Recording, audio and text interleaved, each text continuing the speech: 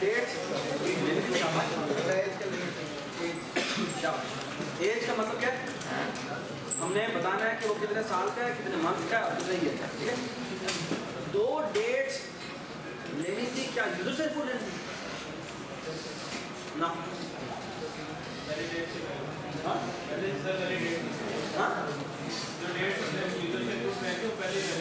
तुम कह रहे हो तुमने यूजर से इनपुट करवानी, मैं कह रहा हूँ भाई यूजर से इनपुट नहीं करानी। एक्चुअली मैं या कोई टेस्ट कर रहा था कि ये आप उसके बारे में सोचते हैं, सोचते हैं। आपने एक्चुअली क्या करना है, आपने एक फंक्शन लिखना है, प्लीज एक फंक्शन लिखना है जिसका काम क्या है, जिसका काम ये है कि वो एज कैलकुलेट करे, ठीक है? अच्छा, एज कैलकुलेट करने का मतलब क्या है? आपसे जवाब करो, मन नहीं होगा। एज कैलकुलेट करने का मतलब ये है कि उसने तीन चीजें कंप्यूट करनी, डेज, मंथ और ईयर, ठीक है? और फिर उनको कंप्यूट करके स्क्रीन पर प्रिंट करना, स्क्रीन पर प्रिंट करना। इसका मतलब है कि इसने कुछ रिटर्न नहीं करना, स्क्रीन पर प्रिंट करना। ये बात नहीं, इसने तीन वैल्यूज कंप्यूट करनी है और वो किसकी बेस पे करनी होगी? सोहेल, किसकी बेस पे कैलकुलेट करनी होगी?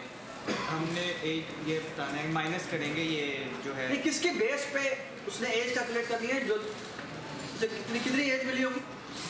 जैसे वो तो अब आपने जिस तरह कहा है कि यूजर, वो हमने यूजर से तो लेना नहीं, पहले से गिवन होगी ये डेट ऑफ बर्थ, तो इसको एज ए पैरामीटर पास होगा।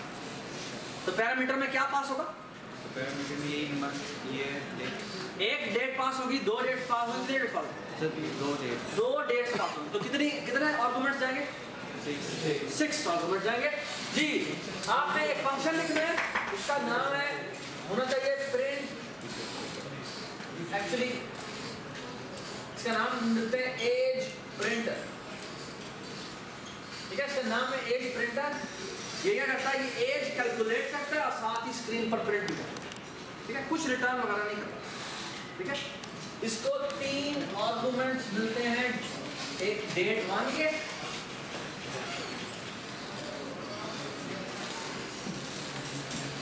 और इसी तरह 3 आर्गुमेंट मिलते हैं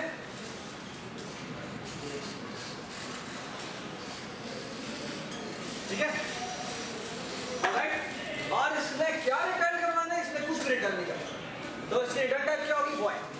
हाँ, इसने क्या ओवरऑल इसका जो इंटरनल प्रोसीजर है वो क्या है कि उसने कुछ कंप्यूटेशन करनी है, एक्चुअली डेज कंप्यूट करने हैं, मंथ्स कंप्यूट करने हैं और ईयर्स। ये बात समझा, ठीक है? और वो स्क्रीन पर एंड में जाके डिस्प्ले ऐसे है। ऑलराइट, लेट्स डू दैट जी। सबसे पहले मेरा सवाल यह है कि आपको क्या कंप्यूट करना चाहिए? पहले आपको डेज कंप्यूट करना चाहिए या मंथ्स कंप्यूट करने चाहिए या ईयर्स कंप्यूट करना चाहिए? हाँ, पहले ईयर्स होना चाहिए ना। अच्छा, अब मैं तुम्हें एक बात बताता हूँ, कितने लोग कह रहे हैं ईयर्स होना चाहिए? ईयर से पहले स्टार्ट करना चाहिए, ओके? अच्छा, please raise your hand again. कितने लोग कह रहे हैं ईयर से स्टार्ट करना चाहिए? अच्छा, अब लेट मी एक्सप्लेन यू। एक छोटी सी बात है, जब आप यूजुअल सब्ट्रैक्शन करते हैं, यूजुअल सब्ट्रैक्शन, फॉर एग्जांपल मैंने लिखा कि 1 2 3 में से 1 2 3 4 में से माइनस करना है जी 987, ठीक है? जब 987 माइनस करने को कहते हैं आप, तो आप एक्चुअली सब्ट्रैक्शन कैसे करते हैं? आप करते हैं right to left. Right to left ही आप क्यों करते हैं? आप लेफ्ट टू राइट क्यों नहीं करते?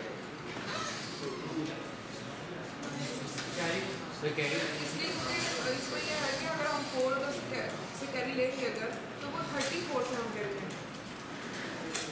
बेटा जब आप 34 में से 3 में से मैं 8 माइनस करता हूँ और यहाँ से 4 में से एक कैरी लेता हूँ, उसका मतलब क्या होना चाहिए? उसका मतलब होना चाहिए 31 बन जाए।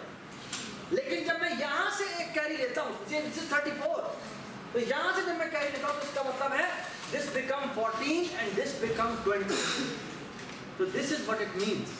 यानी आप यहाँ से कैरी लेंगे तो यहाँ पे कैरी का मतलब होगा कि ये अभी भी 31 ही रहेगा, ये भी 31 ही रहेगा। ये ऐसा नहीं कि इसका वाला यहाँ पर अटैच हो सकता है, ऐसा नहीं अटैच। जी मगर डेट में इसका मामला इसको उलट होता है। अभी बताते हैं डेट में हम क्या करना है बताते हैं। ये आप पहले जो सब्ट्रैक्शन शुरू करते हैं वो आप यूनिट डिजिट से करते हैं, और यूनिट डिजिट से इसलिए करते हैं कि यूनिट डिजिट से जब आप सब्ट्रैक्शन करते हैं तो आप जब कैरी लेते हैं तो उस कैरी का कुछ और मतलब होता है। यहाँ मतलब होता है कि आपने टेंस कॉपी किए, यहाँ टेंस यहाँ से आपने उधार लिए। एक्चुअली 4 में से 7 माइनस किया, आंसर आया -3। अब -3 यहाँ पर नहीं आ सकता, तो आप क्या करते हैं यहाँ से एक कैरी लेते हैं। ये 3 का मतलब 3 नहीं है, इस 3 का मतलब है इट्स ए टेंस डिजिट, और टेंस डिजिट में 3 पड़ा हुआ है, विच मींस 10 + 10 + 10 है। और जब आप एक यहाँ से लेते हैं तो एक्चुअली एक नहीं ले रहे, आप 10 कॉपी कर रहे हैं। तो ये -3 में 10 आपने ऐड किया, क्या आंसर है 7। Now it becomes 7। That's what it means, that's what it means. तो आप बचपन में जब मैथ्स करते थे, सब्ट्रैक्शन करते थे, मेरे ख्याल में सबसे सैड बात ये है कि जो हासिल करने वाली बात जो आप अपने बच्चों को सिखाते हैं उनको ये मीनिंग नहीं समझाते, और ये मीनिंग ना समझाना बहुत गलत बात है। It's a very difficult thing to realise, जो कि हम सिर्फ एज ए स्क्रिप्ट के तौर पे याद रखते हैं, लेकिन उसका मीनिंग क्या है, वो मीनिंग बहुत खूबसूरत है। अगर वो तुम्हें मीनिंग समझ में आया होता तो तुम्हें ये भी समझ में आ जाता। और अभी मैं डिस्कस करता हूँ कि वो उसका मतलब क्या है, उसका मतलब इंटायरली डिफरेंट होगा, ठीक है। अल्दो कि हम करेंगे वही subtraction, okay. Let's try to understand. जी जब आप यहाँ पर ये कॉपी कर लेते हैं 7 आ जाता है, और ये एक कम हो जाता है। व्हाई? बिकॉज आपने 10 निकाल दिए, तो ये एक्चुअली 2 नहीं बचता, ये 20 होता है। बट आप जब 2 में से 8 माइनस करते हैं, आप 2 में से 8 माइनस नहीं कर रहे होते, आप 20 में से 80 माइनस कर रहे होते हैं। ये बात समझ? और जब 20 में से 80 माइनस नहीं हो सकता, क्योंकि आंसर आ जाता है -6, क्योंकि यहाँ पे एक्चुअली -60 वाली प्लेस है, ये 6 वाला, तो -6 का मतलब -60। और फिर जब आप यहाँ से एक उधार लेते हैं तो ये एक्चुअली एक उधार एक नहीं होता, ये एक्चुअली 100 होता है, 100 होता है। तो जब 100 -60 में ऐड होता है तो आंसर क्या आता है -40 +40। तो यहाँ पर एक्चुअली आप सिर्फ 4 लिखते हैं, इसीलिए लिखते हैं। और आप यहाँ क्या बच गया, ये 1 बच गया। 1 में से 9 सब्ट्रैक्ट करेंगे तो -8 आएगा। ये -8 यहाँ पर, जी क्या 200 वाली बात समझ आई बेटा? जब आपने यहाँ से ये कॉपी किया है, ये समझ में आ गया था। यहाँ पर जब आपने 2 में से 8 सब्ट्रैक्ट किया तो -6 आया। ये आप जब यहाँ पर 2 में से 8 माइनस करते हैं, 2 में से 8 एक्चुअली माइनस नहीं होगा, ये 20 में से 80 माइनस होगा। और यहाँ पर जब आप -6 लिखते हैं तो एक्चुअली ये -6 नहीं होता, ये एक्चुअली -60 होता है, ठीक है। और -6 के में आप यहाँ लिख नहीं सकते, तो आपको यहाँ से 1 कैरी लेना पड़ता है। 1 कैरी लेने का मतलब है आपने 100 कैरी लिए, और वो 100 जब इस प्लेस पर आएगा तो वो इसमें ऐड हो जाएगा। तो 100 प्लस -60 इज +40। तो यहाँ पर आप सिर्फ 4 लिखें, तो ये एक्चुअली 47 बनता है, ठीक है। अब जब आप 1 में से 9 माइनस कर रहे हैं, एक्चुअली 1 में से 9 माइनस नहीं कर रहे, ये 100 में से 900 माइनस कर रहे हैं, और आंसर क्या आता है -8, यानी -800। ये बात सुनाई? और -8 यहाँ पर नहीं आ सकता, तो आपको 1000 कैरी लेना पड़ता है। तो -1000 कैरी लेते हैं तो यहाँ पर आंसर कितना आता है 200। ये है इसका मतलब। Everybody understand? This is what subtraction means. अब मैं आपको एज कैलकुलेशन में सब्ट्रैक्शन करके दिखाता हूँ। Now it will be very very easy to understand. फिर मैं क्या बात कर रहा हूँ? जी मुझे कोई 2 डेट्स बताएं।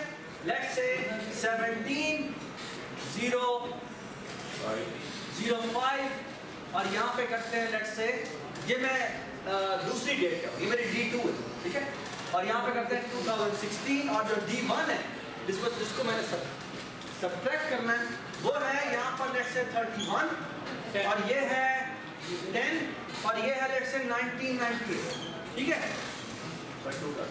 सॉरी 1902 कर ये नहीं, मैं तू जानबूझ के नीचे, ओके। ये है D1 यानी डेट ऑफ बर्थ, ये और डेट ऑफ डेथ, ये वैलिड है, ठीक है। हमने अज्यूम किया कि हमें जो डेट्स मिली है वो वैलिड है, ओके। ऑलराइट, अब हमने एज कैलकुलेट कर दी, राइट। ये इसकी बात करें, इसकी बात करें, इस पर की बात करें, ये तो बच्चों से करते आ रहा है। I would suggest कि इसकी जगह let me give you 2 minutes, try to find this.